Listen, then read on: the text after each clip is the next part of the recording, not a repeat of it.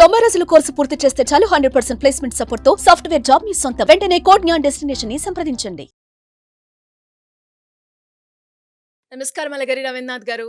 నమస్తే అండి సిరి గారు. ఆన్లైన్ బెట్టింగ్ యాప్స్ ని ప్రమోట్ చేయొద్దని ఇప్పటివరకు ఎన్నోసార్లు కోర్టు అయితే చాలా మంది ఇన్ఫ్లుయెన్సర్స్ని అయితే హెచ్చరించడం జరిగింది. అండ్ రీసెంట్గానే బయ్యా సన్నీ యాదవ్ మీద ఎఫ్ఐఆర్ నమోదు చేయడం జరిగింది. అండ్ ఎంతో మంది ఇన్ఫ్లుయెన్స్ అయితే ఇంకా కూడా ఆన్లైన్ బెట్టింగ్ యాప్స్ని అయితే ప్రమోట్ చేయడం మనం చూస్తూ ఉన్నాం. చట్ట ప్రకారంగా వీరికి ఎలాంటి శిక్ష పడే అవకాశం ఉందంటారు సార్? తెలంగాణ రాష్ట్ర ఆర్టీసీ ఎండి సజ్జనార్ గారికి ప్రత్యేకంగా కృతజ్ఞతలు, అభినందనలు కూడా తెలుపుతున్నాం.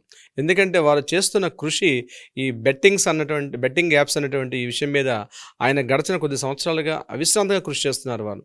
అయితే అందులో భాగంగా రీసెంట్గా సన్నీ యాదవ్ అని చెప్పి నూతనకళ మండలంలో కూడా అతను అరెస్ట్ చేయడం జరిగింది. ఇదే కాకుండా మరికొంతమంది సోషల్ మీడియా ఇన్ఫ్లుయెన్సర్స్ కేవలం పబ్లిక్ని మిస్గైడ్ చేయడం, మనీ సంపాదించడం, అది కూడా పబ్లిక్ ఏమైపోయినా నాకు సంబంధం లేదు, ఒక సామాజిక బాధ్యత, ఒక పౌరుడిగా నాకు కొన్ని హక్కులు ఉంటాయి, కొన్ని బాధ్యతలు ఉంటాయి, హక్కులు తీసుకునేటప్పుడు మాకు కూడా బాధ్యతలు ఉంటాయి అన్నటువంటి కనీస ఇంగిత జ్ఞానం లేకుండా యువకుల్ని పెడద్రోవన పట్టిస్తూ వారు సోషల్ మీడియా వేదికగా వాళ్ళు ఏదైతే బెట్టింగ్ యాప్స్ని ప్రమోట్ చేస్తున్నారో అత్యంత ప్రమాద స్థాయిలో ఉంది ఈరోజు యూత్ పరిస్థితి అంతటిని కూడా.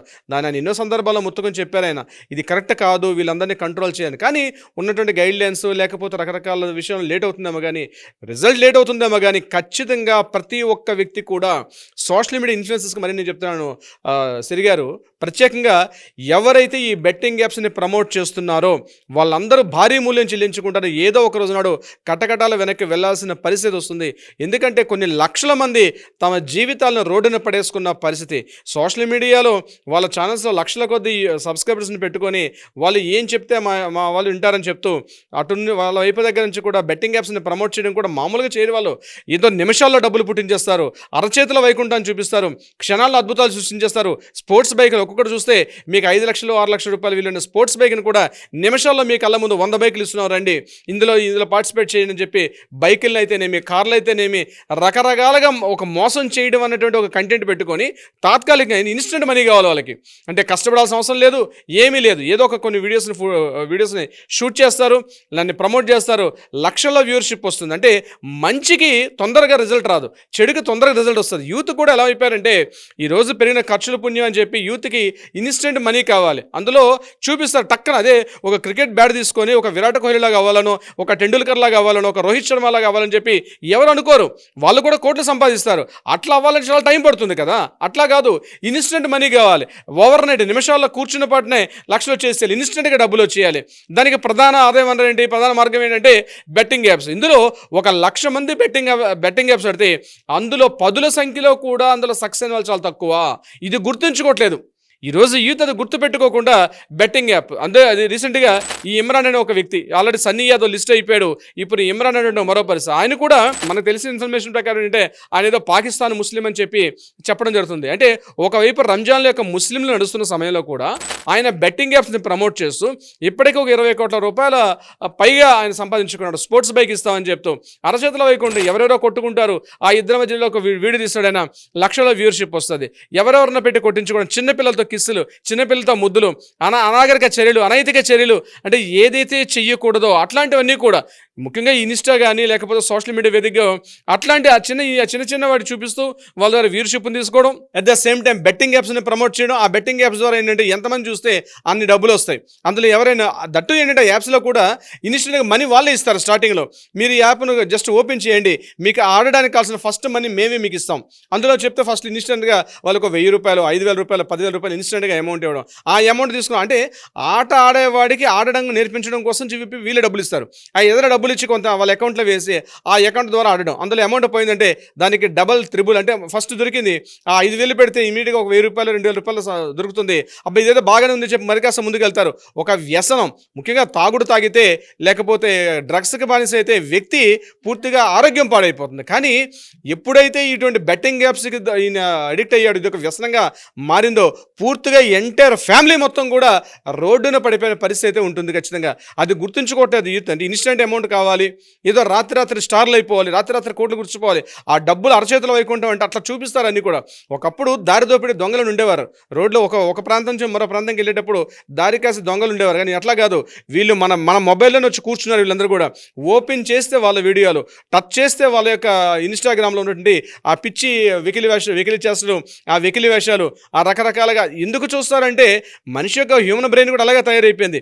చెడుని అట్రాక్ట్ చేసేంత బాగా మంచిని చెప్తే అట్రాక్ట్ చేసే అవకాశం ఉండదు. ఈ బెట్టింగ్ యాప్స్ మీద పతాక స్థాయికి వెళ్ళిపోయింది ఈరోజు ముఖ్యంగా యూత్. దీని మీద రకరకాలుగా చట్టాలు చేశారు. 1867లోనే ప్రివెన్షన్ ఆఫ్ గ్యాంబ్లింగ్ యాక్ట్ అని ఉంది. అంటే ఇక్కడ గ్యాంబ్లింగ్ 2 రకాలుగా ఉంటుంది. ఒకటి మైండ్ పెట్టి ఆడేది, మరొకటి మైండ్ ఫిజికల్ పెట్టి ఆడేది. ఇదేది కాకుండా లక్క బేస్తో చేసినటువంటి యాక్ట్స్ ఉంటాయి కొన్ని. ఇప్పుడు ఈ బెట్టింగ్ యాప్స్ అన్ని కూడా లక్క బేసే. మనం అక్కడ రమ్మీ గేమ్స్ లేకపోతే మరొకటి బెట్టింగ్ యాప్స్ ఆడతాం, అది లక్క బేస్, ఇట్స్ ప్యూర్లీ లక్. అది దాని వెనకాల కూడా ఆపరేట్ చేసే వాళ్ళు వేరే పర్సన్స్ ఉంటారు. ఎవరికి కావాలో ఎంత కావాలో అక్కడ వరకే వెళ్ళే అవకాశం ఉంటుంది. ఈ విషయం తెలుసుకోలేకపోతారు వాళ్ళు. అది కాకుండా మరొకటి ఉంది మనకి ఐపీసీ సెక్షన్ 294A. ప్రధానంగా ఏంటంటే ఈ బెట్టింగ్ యాప్స్ విషయం మీద దీన్ని ప్రివెన్షన్ చేసే యాక్ట్ సెక్షన్ ఏంటంటే 294A అన్నటువంటి ఐపీసీ. ఇన్ఫ్లుయెన్సర్స్ గుర్తుపెట్టుకోవాలి, సోషల్ మీడియా వేదిక ఇన్ఫ్లుయెన్సర్స్ ఇన్స్టెంట్గా మనీ కావాలని చెప్పి ఎవరైతే ప్రమోట్ చేస్తున్నారో సెక్షన్ 294A ప్రమాదకరంగా ఉంటుంది.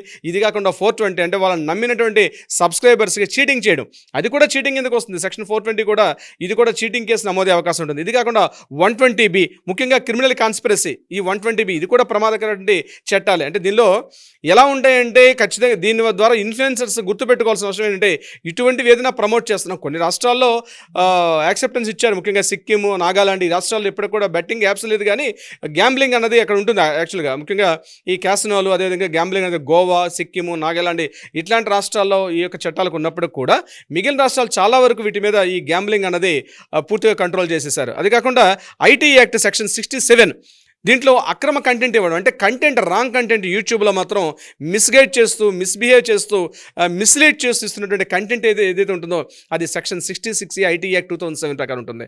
అదే కాకుండా 66D ఇది కూడా ఆన్లైన్లో మోసాలు, అంటే ఇంత అమౌంట్ కట్టండి మీకు అది ఇస్తామని చెప్తూ ఇది ఇస్తామని చెప్తూ చేస్తాయి. 66B కిందకు వస్తున్నటువంటి చట్టాలు ఇవన్నీ కూడా ఆల్రెడీ మన చట్టాలు ఉన్నాయి దీని మీద. కానీ ఈ చట్టాలు యాక్షన్స్ ప్రాబ్లం జరిగిన తర్వాత ఇంప్లిమెంట్ అవుతాయి, కానీ ప్రాబ్లం జరగకుండా ముందే prevention is the very very most important. అది గుర్తుపెట్టుకోవాల్సిన అవసరం ఎంతైనా ఉంటుంది దాని మీద.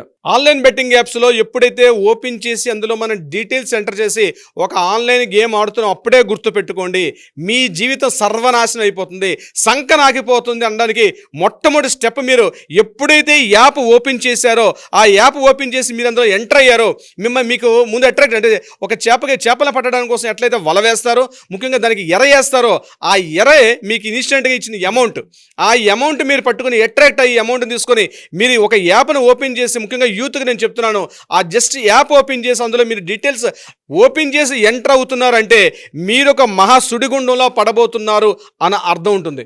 మీరు ఒక మహా సుడిగుండంతో పాటు సముద్రంలో పడి పాతాళాన్ని కిందకి దిగిపోతారు. ఒక బెట్టింగ్ యాప్ ఆడుతుంటే ఒక 16 ఏళ్ల కుర్రాడికి అన్యం పుణ్యం తెలియదు, చూస్తుంటే లావిష్ కల్చర్ కనిపిస్తుంది, నేను కూడా కోట్లు సంపాదించేస్తా, ఓవర్ నైట్ సంపాదించేస్తా. నాకు కొంతమంది కౌన్సిలింగ్ వస్తారు, వాళ్ళు అదే చెప్తారు, సార్ నాకు ఎక్కువ టైం లేదు సార్, సంపాదించేయాలి. ఎందుకు టైం లేదు, కష్టపడు. ఒక రోహిత్ శర్మ, ఒక విరాట్ కోహ్లీ, వాళ్ళు కూడా ఇదే గేమింగ్ ఆడడం కూడా ఒక ఆటే, అది కూడా బ్రెయిన్తో ఆడిన గేమ్, ఫిజికల్తో ఆడిన గేమ్. కష్టపడి అట్లా వెళ్దాం అన్నటువంటి ఆలోచన ఉండవు. ఎట్లయితే 140 కోట్ల మంది ఉన్నటువంటి దాంట్లో క్రికెట్ ఆడేవాళ్ళు ఒక 10 లక్షల మంది తీసుకుంటే అందులో ఒక విరాట్ కోహ్లీ, ఒక రోహిత్ శర్మ, ఒక హార్దిక్ పాండ్యా ఎట్లా ఉంటారో ఆన్లైన్ బెట్టింగ్ యాప్స్ కూడా అంతే. లక్షల మంది ఆడితే ఒకరో ఇద్దరు హిట్ అవుతారు, కానీ అది జెన్యూన్ గేమ్, ఇదే రాంగ్ఫుల్ గేమ్. ఇది ఈ రాంగ్ఫుల్ గేమ్లో మీరు ఈ స్టేజ్ కాదు, అక్కడికి వెళ్ళి ఆలోచించండి. మీ లైఫ్ 10 మందికి ఆదర్శంగా ఉండేట్టుగా ఆలోచించండి, అంతేగాని ఏదో ఇన్ఫ్లుయెన్సర్ గురే, ఏదో మా ఇన్ఫ్లుయెన్సర్ చెప్పాడని చెప్పి బ్లైండ్గా దిగారు అంటే ఆ క్షణమే మీరు నాశనాన్ని కోరుకుంటున్నారు అని అర్థం. సిరిగారు, ప్రతి ఒక్కరి చేతిలో మొబైల్ ఉంది, ప్రతి ఒక్కరూ మొబైల్ లేకుండా లేని పరిస్థితులు ఉన్నాం. అంటే ముఖ్యంగా సోషల్ మీడియా వేదిక ఇన్ఫ్లుయెన్సర్స్ ఎవరైతే ఉంటారో కఠినమైనటువంటి చట్టాలు రావాల్సిన ఆవశ్యకత ఉంది. అంటే చట్టం ఇంత ప్రమాదకరంగా ఉన్నది అన్నప్పుడు ఖచ్చితంగా వెళ్ళడానికి భయపడతారు. మన చట్టసభలు వీటి మీద ప్రత్యేక ఉన్న సెక్షన్లు ఉన్న చట్టాలు ఉన్నప్పుడు కూడా కొన్ని ప్రత్యేకమైన చట్టాలు, ఇప్పుడు పోస్కో చట్టాలు ఎట్లా ఉన్నాయో, మైనర్ బాలికలను ఎట్లా టచ్ చేస్తే ఈరోజు ఇంత ప్రమాదకరంగా ఏ మాదిరిగా అయితే ఉందో, అదేవిధంగా ఆన్లైన్ గేమ్స్ ఆడినా, ఆన్లైన్ గేమ్లో ఇన్ఫ్లుయెన్సింగ్ చేసిన, ఆన్లైన్ గేమ్లో అట్లా అట్లాంటి ప్రమోట్ చేసినా సరే చట్టాలుగానే బయట అంటే ఇవి చాలామంది ఏమంటారంటే యాప్స్ని బ్యాన్ చేసి అయిపోతుంది కదా, యాప్స్ని బ్యాన్ చేసేసారు. అయినప్పటికీ కూడా చిన్న ఒక యూట్యూబ్లో కానీ లేకపోతే ఈ సోషల్ మీడియా చిన్న అవకాశాన్ని అడ్వాంటేజ్ తీసుకునే వాళ్ళు ప్రమోట్ చేస్తున్నారు. నేను ఏమంటానంటే చట్టసభల్లో ఇంత కఠినమైన శిక్షలు, దీనికి వేస్తే 14 ఏళ్ళ శిక్షను, లేకపోతే ఇట్లాంటి వాడితే శిక్షలు అని చెప్పి ఒక కఠినమైన చట్టాలు వచ్చినప్పుడు తప్పనిసరిగా అటువైపు వెళ్ళడానికి కూడా సాహసించడానికి కూడా భయపడతారు కదా తప్పనిసరిగా, అక్కడంత ప్రమాదం ఉందని. సో చట్టాలు ఖచ్చితంగా మరిన్ని చట్టాలు రావాల్సిన ఆవశ్యకత ఉంది. అదేవిధంగా వాటిని ఇంప్లిమెంట్ చేసే విషయంలో కూడా లా అండ్ ఆర్డర్స్ కూడా గట్టిగా ఉండాల్సిన పరిస్థితి కూడా ఉంది.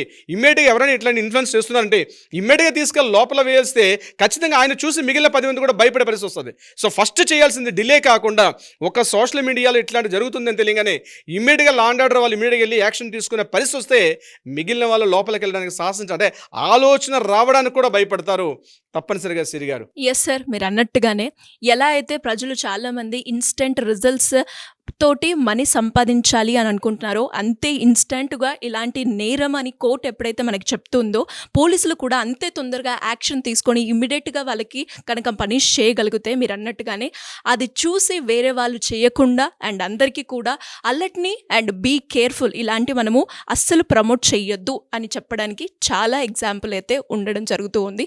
Anyways, great information sir. Thank you so much. Thank you so much Siri garu. Suman టీవీలో మీ పర్సనల్ అండ్ బిజినెస్ ప్రమోషన్స్ కోసం కింది నెంబర్కి కాంటాక్ట్ చేయండి.